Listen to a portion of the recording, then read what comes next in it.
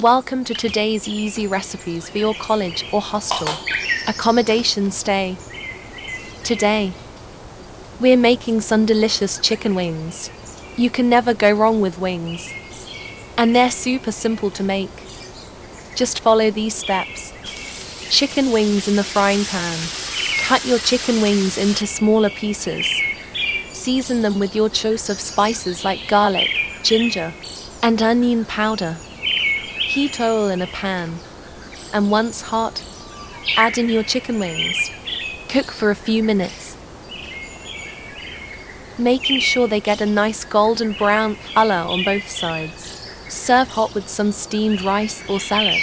These chicken wings are a crowd favorite and perfect for those busy weeknight dinners. Plus, they're super budget friendly, making them a great option for your accommodation student lifestyle. These recipes are just a few ideas to help you get through your college or hostel stay. Don't forget to have fun and explore new cuisines.